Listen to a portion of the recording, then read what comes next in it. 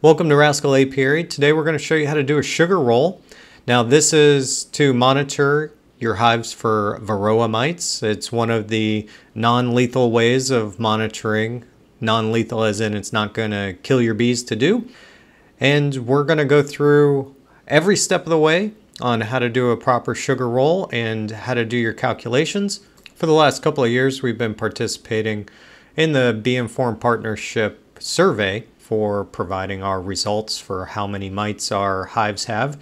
And this year we decided, hey, let's make a video to show beginner beekeepers how to do a sugar roll. Let me give you a little background on our technique. During the summer, we inspect our hives every 2 weeks. One inspection will be a thorough inspection, while the next will be a quick inspection coupled with a sugar roll for monitoring. And let's get to the video. I hope you enjoy, and remember, follow us on our social media.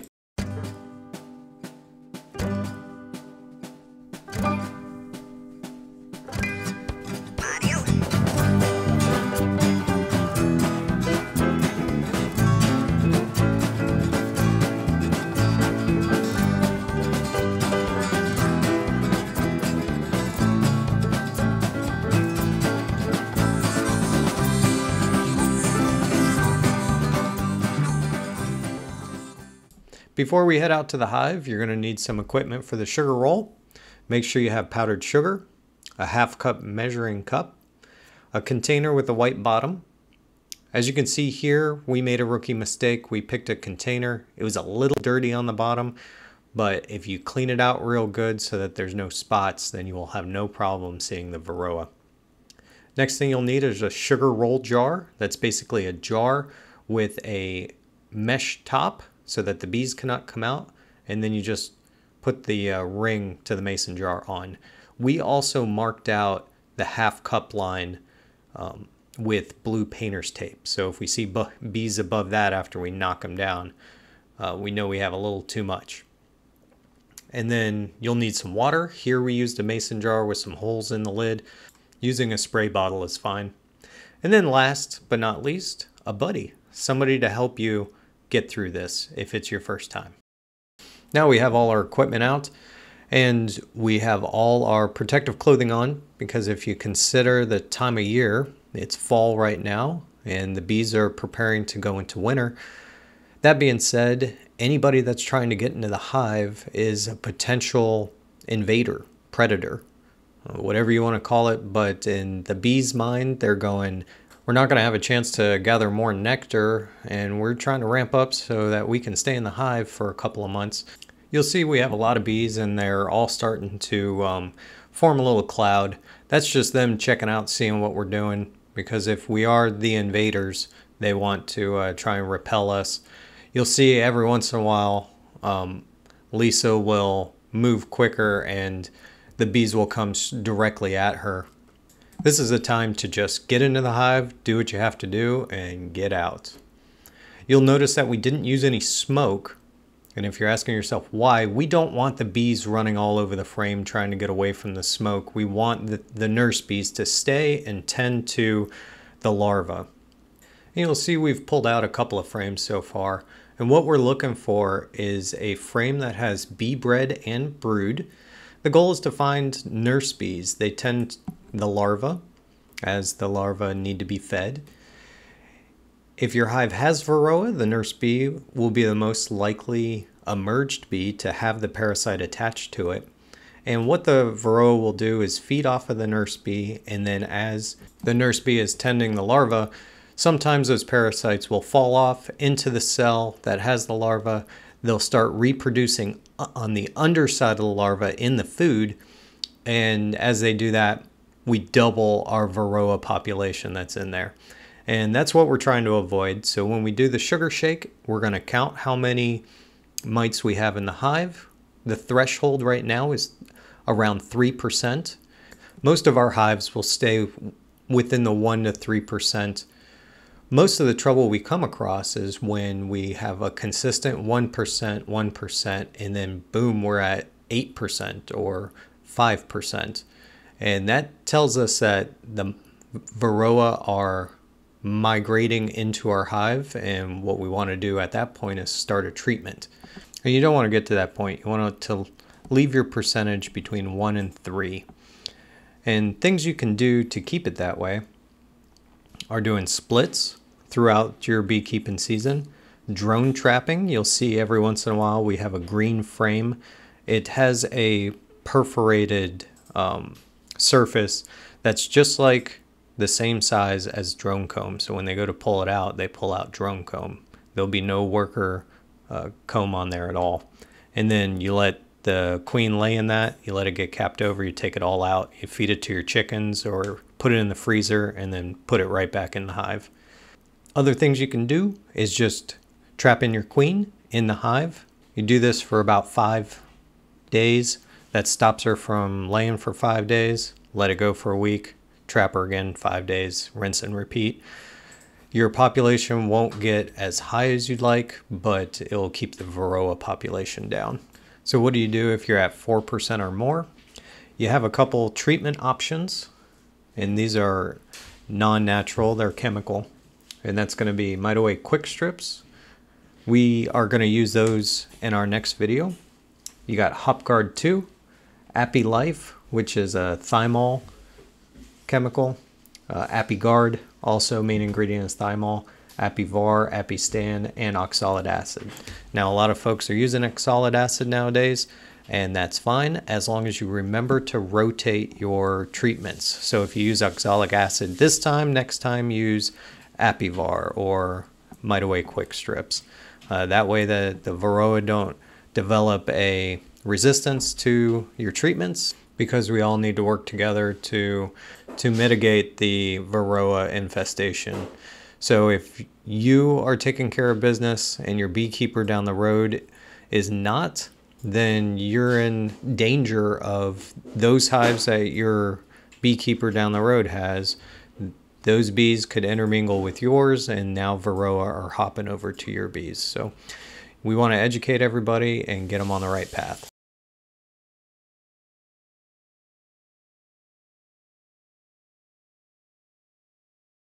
As I was putting this frame back into the hive, I noticed that there was a queen cell, so I pulled it back out, and I want to check into it just to make sure that it is a queen cell. It turns into a supersedure or swarm cell whenever the queen lays an egg in there and the bees start feeding that egg. So that's something you want to look into as a beginner.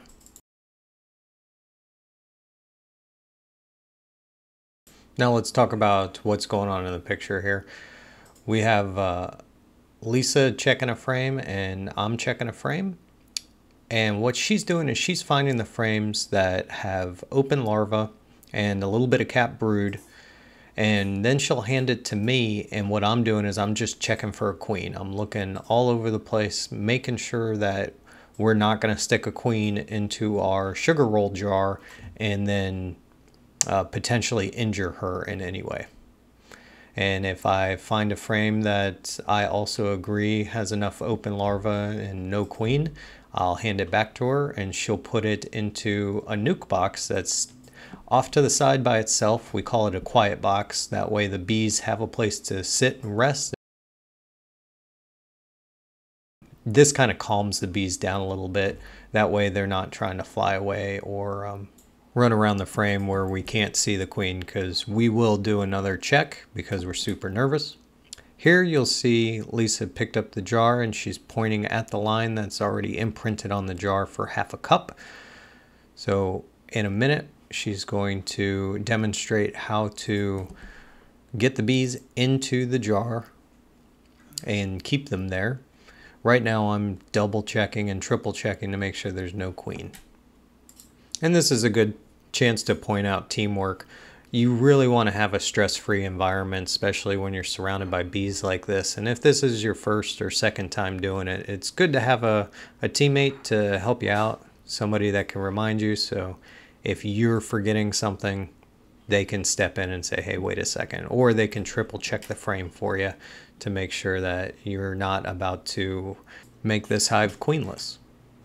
As you're watching, you'll see Lisa is demonstrating an excellent way of checking the frame. She has her back to the sun. The only shadow you'll see is the veil occasionally. And she used the book method to flip the frame. If you have plastic foundation, you pretty much don't have to do that. You can flip the frame right over, but we have foundationless, as you can see right through the bottom edge of the frame there. And we're going to use the book method every time. When you have the jar, you're going to go ahead and place it at the top of the frame, and you're going to just drag down and then drag down again. When you're dragging down, ensure that the jar is about 3/8 of an inch away from touching the wax. You don't want to damage the wax, and you don't want to roll the bees over. It's more like tapping the bees gently. This will cause the bees to do backflips into the jars, and the forager bees will fly out of the jars. However, the nurse bees, who's not orientated to where the hive is, they will just fall and stay in the bottom of the jar. They may try and climb out, but they will not fly out. And this is the part that's really useful to have a partner. She'll just hand me the frame. I'm going to grab that beautiful frame of brood and go put it back into the hive. I can start reassembling the hive as she gets the bees knocked to the bottom and then puts the lid on that has the screen. Now she's pointing to show the level of where the bees are. And as a beginner, you can tell it's pretty difficult, but you're guesstimating the bees that are staying down. Those are your nurse bees, and they should be at 1/2 cup. Now you'll see she walked behind the hive. There's a little bit of shade back there. She's going to place the jar back in that area while I'm putting that frame back. I'll take the frame from our little nuke that we have sitting there, the quiet box, and I'm going to stick that back. It's all back in the same order. She's going to, show you how to put the sugar in. So you got a couple different ways.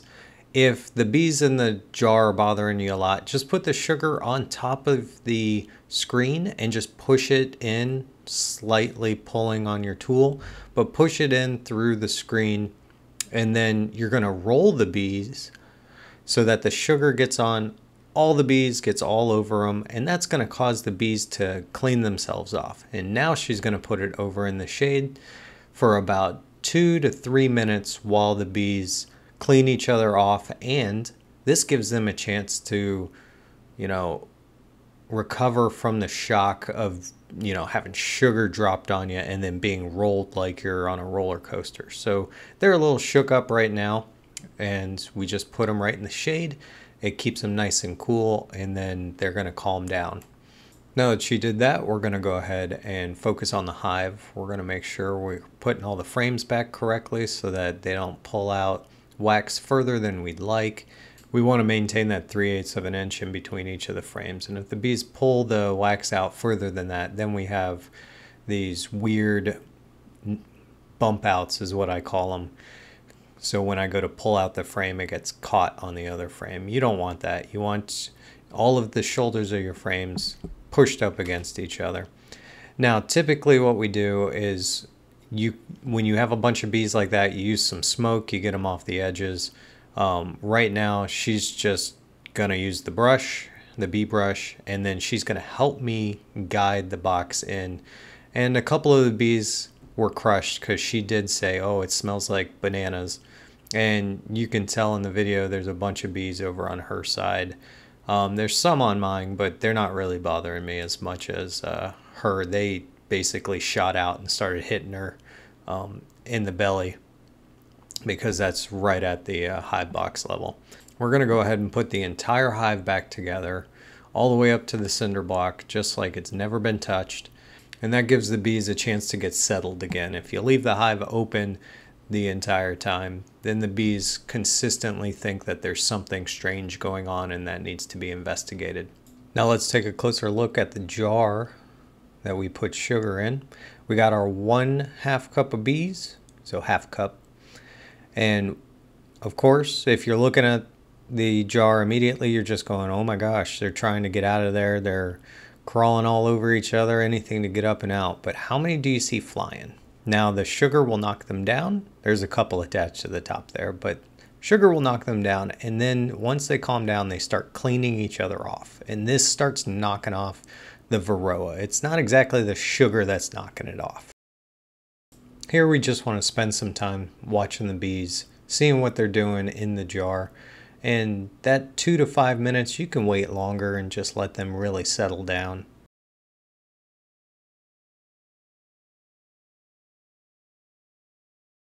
And this I thought was just a creative shot, but this is essentially what you want your mite levels to do, and that's plummet. In the next step of the video, you're going to see Lisa with her phone in her hands right next to the mason jar, shaking vigorously. And we wanted to show you what app we're using. It's called Mite Check. It's by Be Informed Partnership. And what this does is takes you step by step through how to do a sugar roll. It tells you what you need, it tells you what you're looking for frames, and it explains why you're looking for those particular items on the frames. It then steps you through how to get the bees off the frame. If you want to use this method of just knocking the bees into a container and then pouring them into your mason jar, you can, but this is essentially the steps we use, where we just pull down with the mason jar and get them in. Shows you how to put your sugar in, roll the bees, and then let the bees sit for a little bit, and it starts a timer for you. And then you put the colony back together, and then start shake trainer now, or start the timer. That's what we're really looking for. It's going to start a 2-minute clock for you, and you're just going to shake and shake and shake. But it's not just a timer. It uses your phone, and it will tell you if you're shaking hard enough or not. And this is what it sounds like as she's shaking. Shake harder. Good job. That's good. Shake harder. Great job. Shake harder. And it will continue to do that until the timer has expired, and it just keeps you pretty consistent on how you're shaking. Now let's look at it in real time as she goes to do the hard job of shaking for a minute. Now this might look like an easy step, but it's really not. You have to stay pretty consistent and shake really hard. Keep in mind, the black dots that are falling onto the pollen tray here are the Varroa. And you will see that we changed out our tray so that we have a better, easier surface to see the Varroa. And I turned on the sound so you can hear how the bees are just being jostled in there by the shaking. I can't shake any harder. I think yours has always said shake harder.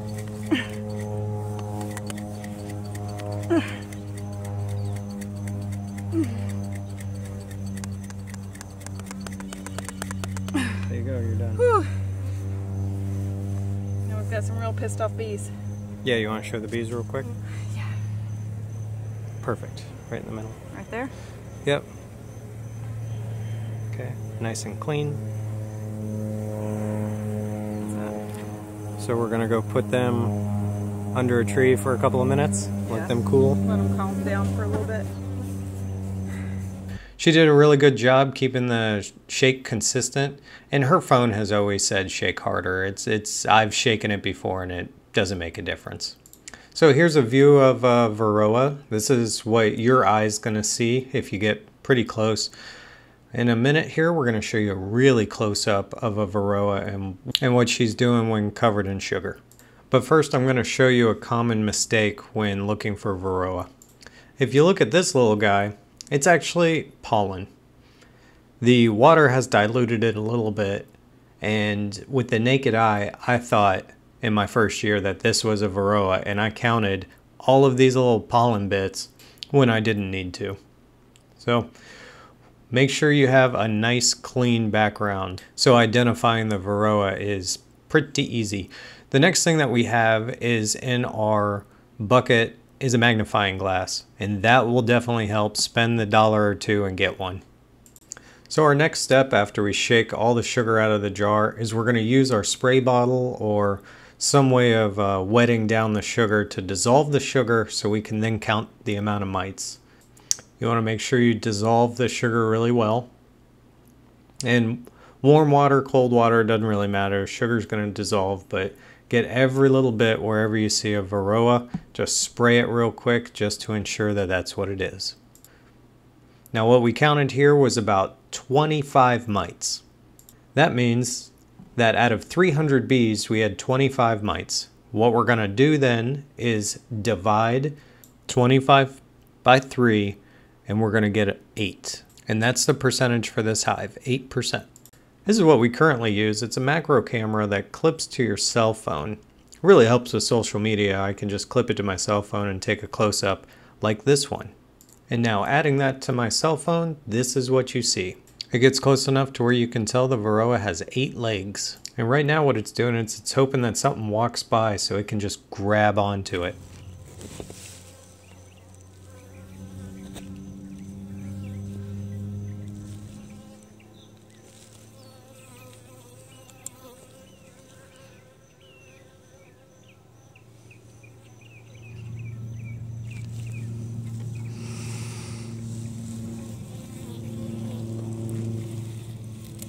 Hold the tray or anything? No.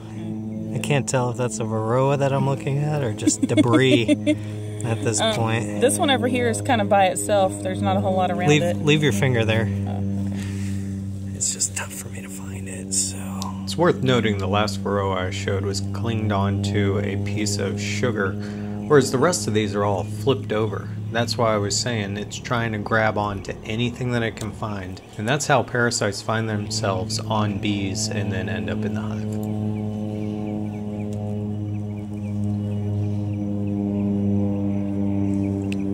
Might make myself sick looking at that. Thanks for watching our sugar shake video. If you have any comments or questions, let us know in the comments below. Like and subscribe our videos if you want to see more like them. What are we going to do with the bees? We're going to pour them into the hive so the rest of the bees can clean them up. So would we pour them in front of the hive? No, because they're nurse bees. They're not going to fly. And they've never orientated, right? Correct. Okay, bye! Bye! Bum on ching. God.